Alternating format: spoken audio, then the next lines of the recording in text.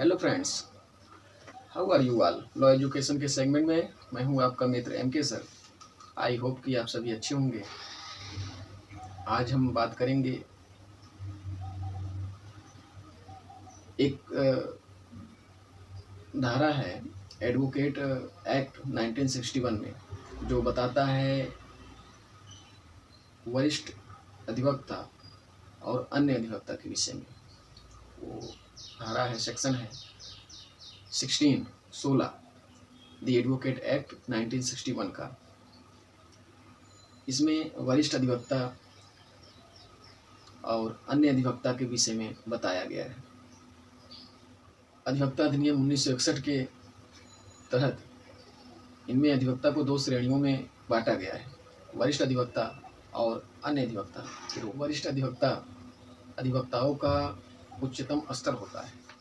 इसी चैनल पे हमारे एक वीडियो है बनाया गया है, जो वकील काले कोट क्यों पहनते हैं इस पर, तो जिसमें वरिष्ठ यानी सीनियर एडवोकेट के गाउन उल्टे होते हैं। उसमें मैंने बताया था कि कभी किसी दूसरे वीडियो में दूसरी टॉपिक लेके आएंगे, उस पर चर्चा हम करेंगे कि एडवोकेट उल्टे गाउन क्यों पहनते हैं।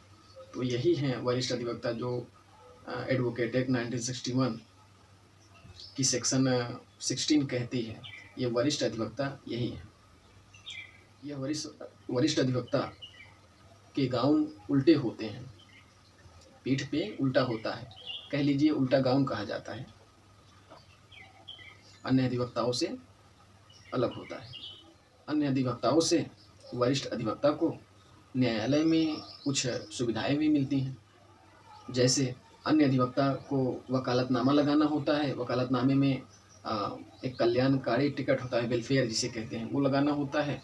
लेकिन वरिष्ठ अधिवक्ता को नहीं लगाना होता है।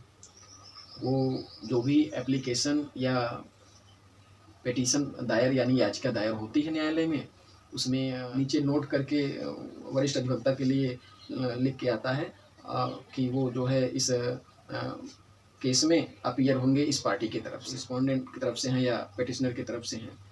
तो इस तरह से नीचे पिटीशन या एप्लीकेशन में लिख के आता है कि ये इस केस में इस व्यक्ति की तरफ से, इस पिटिशनर याचिकाकर्ता की तरफ से या फिर वादी प्रतिवादी की तरफ से, जिसकी भी तरफ से है, वो लिख के इस तरह से आते हैं। उनके लिए वकालतनामा और वेलफेयर की आवश्यकता नहीं। दूसरी सुविधा है, वरिष्ठ अधिवक्ता अपने साधन से, अपने कार से न्यायालय के गेट तक आए, फिर उस न्यायालय के कार जो है गेट पे खड़े रहेंगे। वो वरिष्ठ अधिवक्ता अपने कार से उतर के न्यायालय के कार में बैठेंगे। फिर उनको यदि कोर्ट में जाना है तो भले चाहे 100-200 मीटर हो, यदि वो सुविधा लेना चाहें तो आ सकते हैं।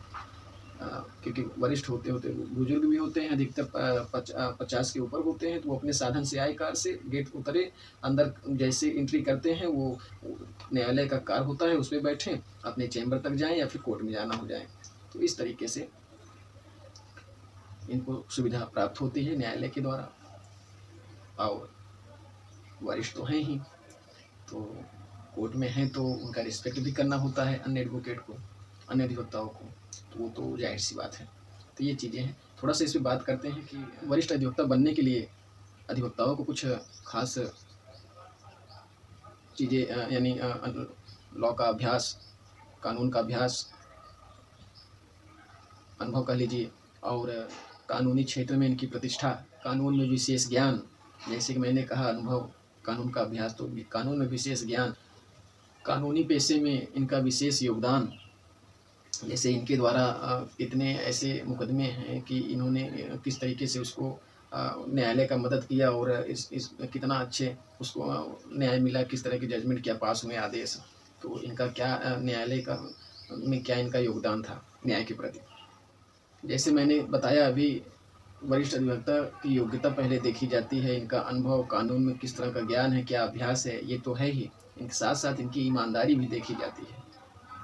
इनके पास कितने जूनियर हैं, केसेस कितने हैं, कितने डिसमिस हुए, कितने डिस्पोज हुए, ये सब बातें छोटी छोटी कलेक्ट होती हैं, जो कि एक जगह जा कर के एकत्रित होती। कितने जो है कानूनी आदेश प्रकाशन में आए, क्या किस तरह से, तो ये सारी बातें हैं जो एक जगह मिल के आती हैं और कलेक्ट होती हैं। वरिष्ठ अधिवक्ता पदनाम के लिए भारत के मुख्य न्यायाधीश और सर्वोच्च न्यायालय के अन्य न्यायाधीश इनकी सिफारिश पे इन्हें वरिष्ठ अधिवक्ता का पद नाम दिया जाता है। एक समिति गठित होती है, उसमें इनका पहले अन्य एडवोकेट के ही अन्य अधिवक्ता ही रहते हैं। समिति गठित होती है जिसमें जज भी रहते हैं, कुछ पहले के सीनियर एडवोकेट भी रहते हैं उस समिति में। फिर इनसे इनका साक्षात्कार होता है, इंटरव्यू होता है, फिर इनको जाके वरिष्ठ अधिवक्ता का पद नाम दिया जाता है। तो इस तरीके से, और बाकी फिर वरिष्ठ अधिवक्ता हो जाने के बाद तो हमने सुविधाएं बताई ही हैं। एक तो एज अबाउट है ही, साथ में पद नाम जुड़ गए, वरिष्ठ अधिवक्ता अन्य अधिवक्ता से वरिष्ठ अधिवक्ता हो गए। और सुविधाएं मैंने न्यायालय के पहले ही बताई कि क्या है, कार से अपने आए, कैसे गए, और कुछ सीनियर की वजह से भी हैं, अन्य बता रहे हैं। और उसके बाद वकालतनामा नहीं लगाना होता, इनका नहीं लगता, केवल पिटीशन या एप्लीकेशन पर लिख के आ जाते हैं कि हम इनकी तरफ से अपीयर हो रहे हैं। तो ये सारी सुविधाएँ हैं इनके लिए।